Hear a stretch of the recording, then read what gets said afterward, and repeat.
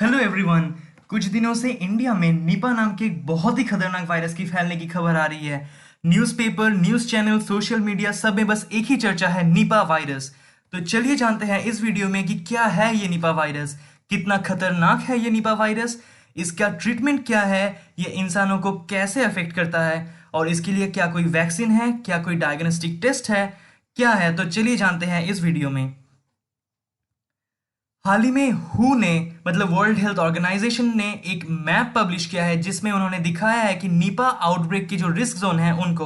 तो इसमें हम क्लियरली देख सकते हैं कि इंडिया का पूरा लगभग पूरा हिस्सा, Australia, Malaysia high risk zone है निपा वायरस के लिए। उसको छोड़ के चाइना और साउथ ईस्ट एशिया के मेजर पार्ट्स निपा वायरस के लिए रिस्क जोन्स में आते हैं। अब सवाल ये उठता है कि निपा वायरस की फैलने की खबर क्या यह पहली बार है? तो उत्तर है नहीं दोस्तों। 1998 में निपा वायरस का पहला पहला आउटब्रेक हुआ कैंपंग सांगवी निपा नाम की एक जगह जो कि मलेशिया देश में है। उसके बाद आता है 1999 जब निपा वायरस फैला सिंगापुर में। उसके बाद 2001 में निपा वायरस फैला वेस्ट बंगाल के एक सिलीगुड़ी नाम की जगह में। उसके बाद 2004 में निपा वायरस का आउटब्रेक हुआ बांग्लादेश में। उसके बाद 2007 में फिर से वेस्ट बंगाल के नदिया डिस्ट्रिक्ट में फैला ये निपा वायरस। और उसके बाद अब 2018 में केरला इंडिया में ये निपा वायरस फैलने की खबर आ रही है। तो चलिए जानते हैं निपा वायरस क्या है, कितना खतरनाक है ये निपा वायरस। तो प्रीवियस ईयर्स के स्टैटिस्टिक्स के अनुसार जनवरी फरवरी 2001 जब सिलीगुड़ी में निपा वायरस फैला था तो केसेस रिपोर्टेड हुई थी 66, डेथ्स हुए थे 45 और तो लिथलिटी रेट निकला था 68%। उसके बाद जब बांग्लादेश में जनवरी 2004 में निपा वायरस फैला तब केसेस रिपोर्टेड हुई थी 31 और डेथ्स हुए थे 23, मतलब फैटिलिटी रेट था 74%। उसके बाद जब फिर से बांग्लादेश में 2005 में निपा वायरस का ये केस फैला तो 36 केसेस रिपोर्टेड हुई थी और डेथ्स हुए थे 27, मतलब फैटिलिटी रेट था 75%। तो लगभग लगभग हम ये कह सकते हैं कि फैटिलिटी रेट 70% के आसपास थी। उसका मतलब होता है कि निपा वायरस बहुत खतरनाक है, ये इट्स क्वाइट डेडली। तो चलिए जानते हैं कि निपा वायरस है क्या। तो निपा वायरस एक पैरामिक्सो वायरस है।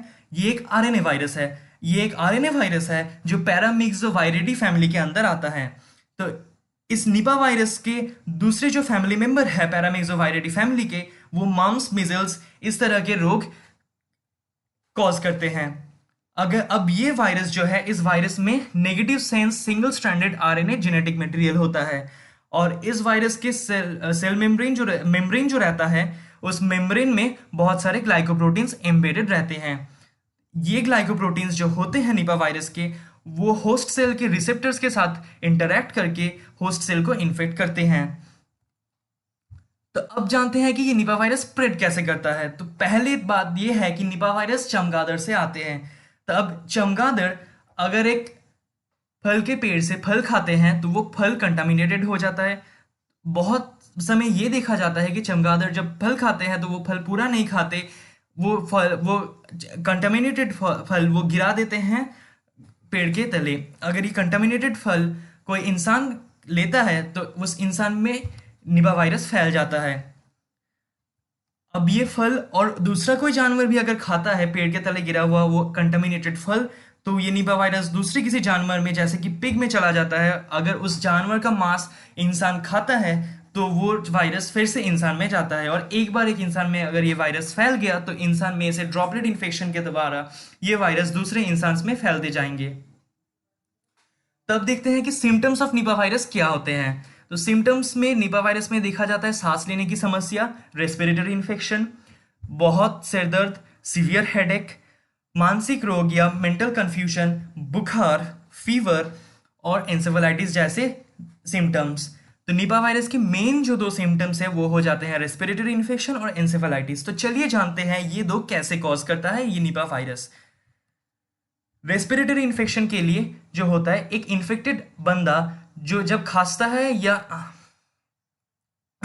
है तब उसका जो मुंह से जो ड्रॉपलेट्स निकलती हैं वो ड्रॉपलेट अगर एक स्वस्थ इंसान के शरीर में जाता है तो वो ड्रॉपलेट शरीर में जाके लंग्स में जाता है। लंग्स के अंदर एल्वियोली नाम के कुछ स्ट्रक्चर्स होते हैं वो वायरस लंग्स के पैसेज के द्वारा एल्वियोली में आते हैं और एल्वियोली के साथ एसोसिएटेड जो ब्लड वेसल्स होते हैं उन ब्लड वेसल्स में ये वायरस चले जाते हैं। अब उन ब्लड वेसल्स में जाने के बाद ये वायरस ब्लड वेसल्स की जो कोश होते हैं उनकी हत्या कर देता है, जो निक्रोसिस नाम से जाना जाता है।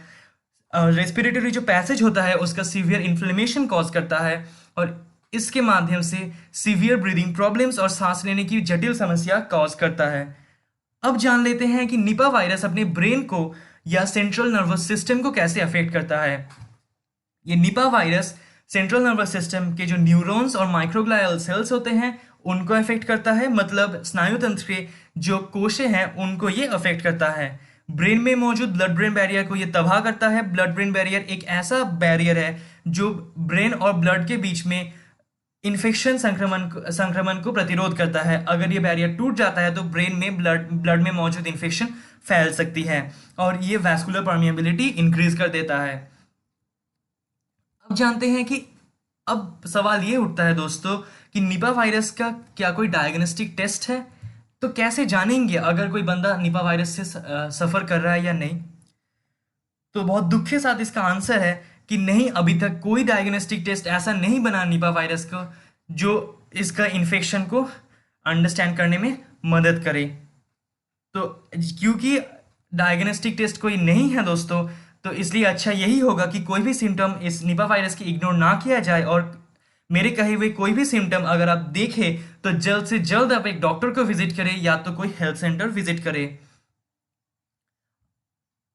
अब सवाल ये उठता है कि निपा वायरस का क्या कोई वैक्सीन है? तो नहीं दोस्तों, निपा वायरस के लिए कोई भी वैक्सीन अभी तक नहीं बनी है। तो अगर कोई वैक्सीन नहीं है तो इसका ट्रीटमेंट कैसे होता है, क्या ट्रीटमेंट संभावना है हमारे पास? तो इसका ट्रीटमेंट बस इंटेंसिव मेडिकल केयर के द्वारा किया जा सकता है। इसका कोई वैक्सीन नहीं है, इसके वायरस को मारा नहीं जा सकता अभी तक। तो क्योंकि इस वायरस को मारा नहीं जा सकता तो हमें कुछ प्रिकॉशंस लेने की आवश्यकता है। कोई भी फूड पार्टिकल जैसे कि कोई भी फूड आइटम जैसे कि फल या मांस जो कि कंटामिनेटेड चमगादड़ से कंटामिनेटेड है और या तो कोई भी जानवर से कंटामिनेटेड है वो हमें नहीं खाने हैं। मेनली जो चमगादड़ से कंटामिनेटेड है वो तो खाने ही नहीं है। टोडी या डेट पाम सैप मतलब खजूर पेड़ का जो रस होता है वो हमें नहीं खाना है। जो बंदा इन्फेक्टेड है उससे हमें दूर रहना है जिससे कि ड्रॉपलेट इन्फेक्शन उससे फैले ना। और आखिर में जो बंदा इन्फेक्टेड है उसके व्यवहार की जो सामग्रियां है जैसे कि उसके कपड़े, उसके बर्तन, उसके टॉयलेट या बाथरूम, उसका बाल्टी, उसका मग, ये सब अच्छी तरह से स्टेरिलाइज करना चाहिए और हाइजीनिक वे में धोने चाहिए। तो यही थे मेन प्रिकॉशन जिससे हम निपा वायरस से बच सकते हैं। अब इस वीडियो की हिंदी डबिंग की गई थी अयन परीक्षा से। उसके चैनल का लिंक डिस्क्रिप्शन बॉक्स में गिवन है, आप लोग जाके उसका चैनल प्लीज सब्सक्राइब कीजिए। अगर आपको ये वीडियो पसंद आता है तो प्लीज वीडियो को लाइक कीजिए और अवेयरनेस स्प्रेड करने के लिए ज़्यादा से ज़्यादा इस वीडियो को शेयर करें। थैंक यू दोस्तों।